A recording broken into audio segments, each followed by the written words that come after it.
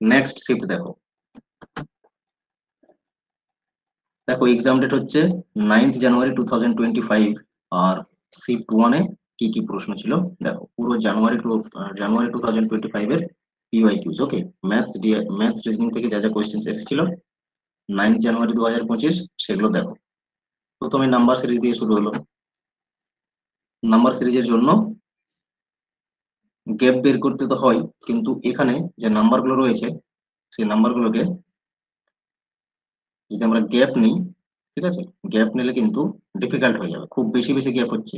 পাশাপাশি গ্যাপ থাকলে গ্যাপে কাজ করাটা সহজ হয়, ঠিক আছে, বাট এটা গ্যাপে হবে না, তখন মাল্টিপ্লাই বা কিউব স্কোয়ার এগুলোতে ভাবতে হয়, ঠিক আছে। দেখো এখানে 61, এটাকে আমরা কি দেখতে পাচ্ছি, 64 কিউবের কাছাকাছি রয়েছে, 4-এর কিউবের কাছাকাছি রয়েছে, তার মানে এটা ওকে 4-এর কিউবের কাছাকাছি রয়েছে, বাট এটা কত কম রয়েছে না 3 কম রয়েছে। তাহলে 25 এটাকে কিভাবে এজিউম করবে, 25 এর পাশাপাশি কিউব বা স্কোয়ার কি রয়েছে, কিউব রয়েছে, 3-এর কিউব। ওকে, কত হয় 3-এর কিউব 27, তাহলে 3-এর কিউব হয় 27, বাট এখানে কত রয়েছে 25, কত কম রয়েছে 2। একটা প্যাটার্ন বুঝতে পারছো, 3 কমেছে 2 কমেছে, তার মানে এখানে এটা 2-এর কিউব 8। 2-এর কিউব কত হয় 8, কত মাইনাস আছে 1, প্যাটার্ন বুঝতে পেরেছো, 1 মাইনাস হয়েছে 2, 3 এইভাবে গিয়েছে মাইনাস হয়েছে। ওকে, এরকম 1-এর কিউব মাইনাস যখন 0 করবে, 1-এর কিউব 1 হয়, -0 মানে 1ই হবে, ঠিক আছে। এইভাবে প্যাটার্ন যাচ্ছে, তাহলে নেক্সট বারে কি আসবে, 5-এর কিউব আসবে, -4 আসবে। তাহলে 5-এর কিউব কত হয় 125 হয়, -4 করে কত আসছে 121।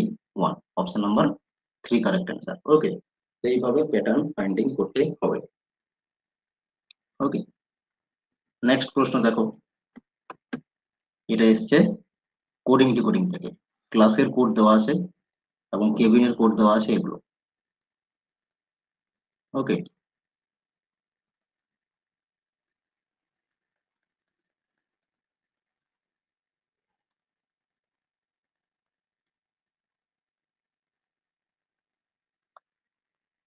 তাহলে সলভ করেছো অলরেডি, বাট আবার একবার সলভ করো। ওকে, ক্লাসের কোড দিয়েছে এরকম, কেবিনের কোড দিয়েছে এরকম, বের করতে হবে টেবিলের কোড। ওকে, টেবিলের কোড বের করতে হবে, তো কিভাবে দেওয়া রয়েছে এটা দেখো, এইচএস, ঠিক আছে, একে অপরের রিভার্স লেটার। আমি তোমাদের বলেছিলাম কিভাবে মনে রাখবে, এইচএস এক্সাম হয়, ঠিক আছে, হায়ার সেকেন্ডারি, তো সেখান থেকে রিভার্স লেটার মনে রাখতে পারবে। ওকে, রিভার্স লেটার মানে কি, A B C D E F G H I J K L M, এভাবে 26টা লেটারকে 13টা পার্টে ভাগ করে লিখতে হবে। N O P Q R S T U V W X Y Z.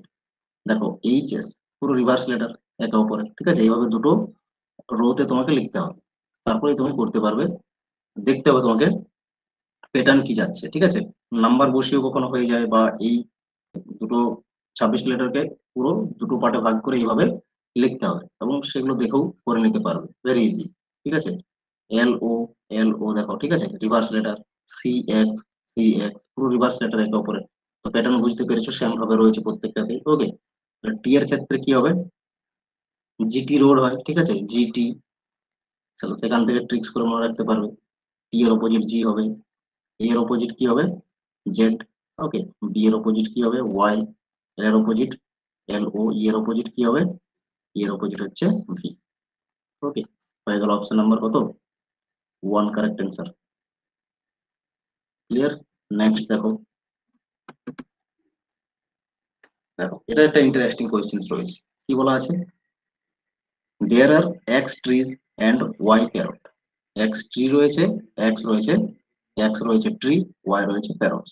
ওকে, এখন বলেছে if on each tree only one parrot is sitting, প্রত্যেকটা গাছে একটাই করে প্যারট রয়েছে। ওকে, ইচ ট্রিতে ওয়ান প্যারট রয়েছে, then one parrot remains without a tree. যদি এরকম কন্ডিশন হয়, তখন একটা গাছে যদি একটাই প্যারট থাকে, তখন একটা প্যারট হবে এমন যে কোনো গাছ পাবে না বসতে, ঠিক আছে, একটা কন্ডিশন গেল এরকম। নেক্সট কি বলেছে, if on each tree two parrots are sitting, যদি প্রত্যেকটা ট্রিতে দুটো করে প্যারট বসে, ঠিক আছে, then one tree remains without parrot, তাহলে সেক্ষেত্রে কি হবে, একটা ট্রি ফাঁকা থাকবে যেখানে কোনো প্যারট বসবে না। তাহলে এই নাম্বারটা বের করতে হবে, এক্স এবং ওয়াই কত হবে, কতগুলো ট্রি এবং কতগুলো প্যারট রয়েছে।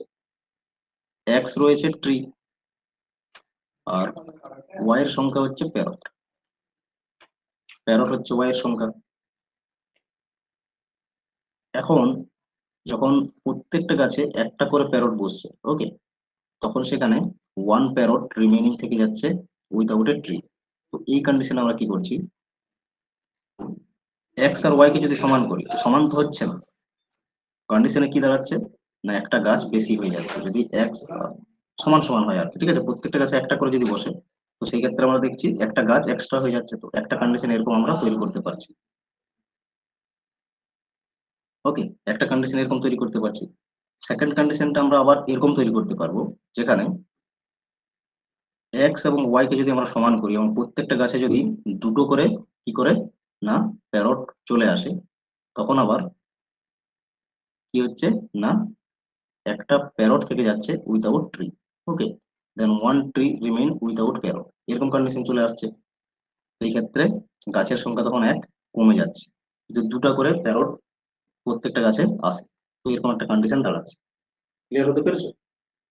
ওকে, এরপর দেখো এটাকে সলভ করো, 2x - 2 ইকুয়ালস টু একটা ওয়াই আসবে, ওকে, এটাকে যদি আমরা আরেকবার 2x - y বলি, ইকুয়ালস টু +2 হয়ে যাবে, তখন এদিকে গেলে, এদিকে গেলে কি +2 হয়ে যাচ্ছে, এদিকে গেলে +2 হয়ে গেল, ওকে, এইটাকে এরপর সলভ করো, x - y ইকুয়ালস টু -1, আর এদিকে 2x - y ইকুয়ালস টু 2, এটাকে সলভ করে দেখো। আমরা যদি এই সাইন গুলোকে চেঞ্জ করি, মাইনাস প্লাস মাইনাস, তাহলে এক্স এক্স কেটে যাবে, এখানে পড়ে থাকবে জাস্ট -x, 2x আছে মাইনাস, আর জাস্ট এক্স, -x থাকলো, আর এদিকে চলে আসবে -3, মাইনাস মাইনাস যোগ হয়ে যাবে কিন্তু সাইনটা মাইনাসই থাকবে, ঠিক আছে। তো এক্স এর ভ্যালু কি এলো, 3 এলো, মাইনাস মাইনাস ক্যান্সেল হয়ে যাবে এখন, তাহলে এক্স এর ভ্যালু পেয়েছো 3, ওকে, তাহলে এক্স এর ভ্যালু যখন 3 পেয়েছো, তার মানে ট্রির সংখ্যা পেয়ে গেছো, ট্রির সংখ্যা পেয়ে গেছো, বের করতে হবে প্যারটের সংখ্যা কত, প্যারটের সংখ্যা যে কোনো একটা থেকে বসিয়ে বের করে নাও। আমি এখানে মনে করো এই ইকুয়েশন 2 তেই দিচ্ছি, ওকে, বা 2 নম্বর কন্ডিশনে দিচ্ছি, 2 × 3 হয়ে যাবে, তাহলে এক্স এর ভ্যালু রাখলাম জাস্ট, ওকে, তাহলে -y যখন বের করবে, 2 আর এদিকে এটা গুণ করলে 6 হয়, -6 হয়ে যাবে, -y equals to -4, minus minus cancel হয়ে যাবে, y এর ভ্যালু 4 এর, ওকে, 3 4, CD option number 3 correct answer. কি বোঝা গেছে, পুরো প্রশ্নটা বোঝা গেছে কিভাবে সলভ হলো? আশা করছি বুঝতে পেরেছো। দেখো নেক্সট প্রশ্ন দেখো, কোয়েশ্চেন নাম্বার 4, কি বলা হয়েছে, a man rows in still water at a certain speed v km/h, ঠিক আছে, স্টিল ওয়াটারের স্পিড দিয়ে রেখেছে কত, v km/h, ওকে, স্টিল ওয়াটারের স্পিড দেওয়া আছে v km/h, he takes as much time to cover 2 km distance upstream as he takes time to cover 3 km distance downstream, ওকে, সে কি বলেছে, না 2 কিলোমিটার ডিস্টেন্স আপস্ট্রিমে যেতে যে টাইমটা নিচ্ছে, সেই একই টাইম নিচ্ছে 3 কিলোমিটার ডাউনস্ট্রিম যেতে, okay, if the speed of the stream is 2 km/h, যদি স্ট্রিমের স্পিড 2 km/h হয়, তাহলে স্ট্রিমের স্পিডও গিভেন রয়েছে, ঠিক আছে, স্ট্রিমের স্পিড রয়েছে 2 km/h, তাহলে বলেছে এই ভি এর ভ্যালুটা কত, ভি এর ভ্যালু মানে কি, স্টিল ওয়াটারের স্পিডটা তোমাকে বের করতে হবে, এটা জাস্ট বলে রেখেছে, ওকে।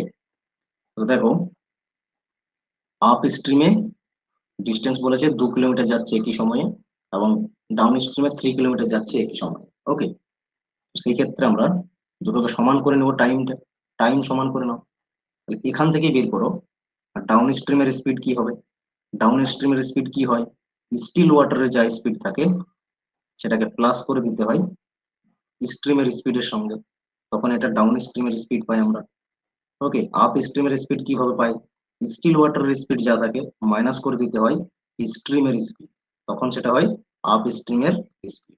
চারটা ফর্মুলা হয়ে গেল, পাশে লিখলাম, দুটো সময়কে সমান করব। কিভাবে সমান করব? যেহেতু বলেছে আপ স্ট্রিমে যেতে পারছে 2 কিলোমিটার এবং ডাউন স্ট্রিমে যেতে পারছে 3 kilometre, as much as time, ঠিক আছে, মানে একই সময় যেতে পারছে, এটা সমান করে দিতে পারবে। তাহলে 2 কিলোমিটার যাচ্ছে আপ স্ট্রিমে এবং আপ স্ট্রিমের স্পিড কি আছে, v-2, এটা সমান হয়ে যাবে 3 কিলোমিটার ডাউন স্ট্রিমে যেতে পারছে v+2 ওকে। এটাকে জাস্ট সলভ করবে, এটাকে আমি জাস্ট ক্রস মাল্টিপ্লাই করে নিচ্ছি। ওকে, তাহলে v2+4 equals to 3v-6, just cross multiply করলাম। এখন ভি গুলোকে একদিকে নিয়ে আসো, ভি গুলোকে যদি একদিকে নিয়ে আসি, +6 হয়ে যাবে 3v-2v। 3v-2v মানে কি, জাস্ট ভি, তো ভি ইকুয়ালস টু 10 এলো, ঠিক আছে, ভি ইকুয়ালস টু কত হলো, 10। Option number 1 correct answer. Okay, option number 1 correct answer. Next দেখো কি বলা হয়েছে, arrange the following households A B C D in terms of increasing percentage of expenditure to their income. ওকে, প্রত্যেকটা হাউসহোল্ডের percentage of expenditure বের করতে হবে কি না, ইনকামের রেসপেক্টে। ওকে, এটাই বলেছে, কি বলেছে, পার্সেন্টেজ বের করো এক্সপেন্ডিচারের টু দেয়ার ইনকাম, ইনকামের রেসপেক্টে পার্সেন্টেজ কত যা এক্সপেন্ডিচার হচ্ছে সেটা। ওকে, তাহলে এর ক্ষেত্রে যদি দেখি 4 লাখ এক্সপেন্ডিচার হচ্ছে, আউট অফ কত, 5 লাখ ইনকামের উপরে, পার্সেন্টেজ করে দাও 100 মাল্টিপ্লাই। ওকে, কত আসবে এটা, 20 বারে, তার মানে 80%, 80%। ওকে, আর তার উপর বেস্ট করে ইনক্রিজিং অর্ডার করতে হবে তোমার। ওকে, নেক্সট দেখো বি তে যা রয়েছে, এটা আমরা এর ক্ষেত্রে পেলাম, বি তে দেখছি 4.5 হচ্ছে expenditure out of 6। Okay, out of 6 multiply করে দাও 100। এই ক্ষেত্রে এই পয়েন্টকে তুলে দেওয়ার জন্য নিচে 10, একটা জিরো জাস্ট ক্যান্সেল, 3 দিয়ে করতে পারো, 3×5 = 15, 3×2 হচ্ছে 2, 5 বার গেল, 15×5 = 75%। সি এর ক্ষেত্রে দেখো 5 হচ্ছে expenditure out of 8 lakh income, এটাকে জাস্ট মাল্টিপ্লাই করো 100 দিয়ে, ক্যান্সেল আউট করো, 4×2 4, 25 ক্যান্সেল আউট হলো, আর তো হবে না, ঠিক আছে, এটাকে 25×5 125, 2 দিয়ে ভাগ করে দিলে 62.5। ডি এর ক্ষেত্রে দেখো 3.2 হচ্ছে এক্সপেন্ডিচার, ইনকাম রয়েছে 4.8, মাল্টিপ্লাই করে দাও 100, তাহলে এক্সপেন্ডিচার কত পার্সেন্ট পেয়ে যাবে। সেম প্লেসে পয়েন্ট রয়েছে, পয়েন্ট গুলোকে তুলে দাও, ক্যান্সেল আউট করো, কত দিয়ে ক্যান্সেল করবে, 8 দিয়ে ক্যান্সেল করে দাও একবারে, 8×4 = 32, 8×6 = 48। ওকে, 2 দিয়ে করলে এটা দাঁড়াচ্ছে 200/3, কারণ কত হবে, 66.6 সামথিং, ঠিক আছে, এত পার্সেন্টেজ করে হলো। তাহলে ইনক্রিজিং অর্ডার করো, ইনক্রিজিং অর্ডার মানে কি,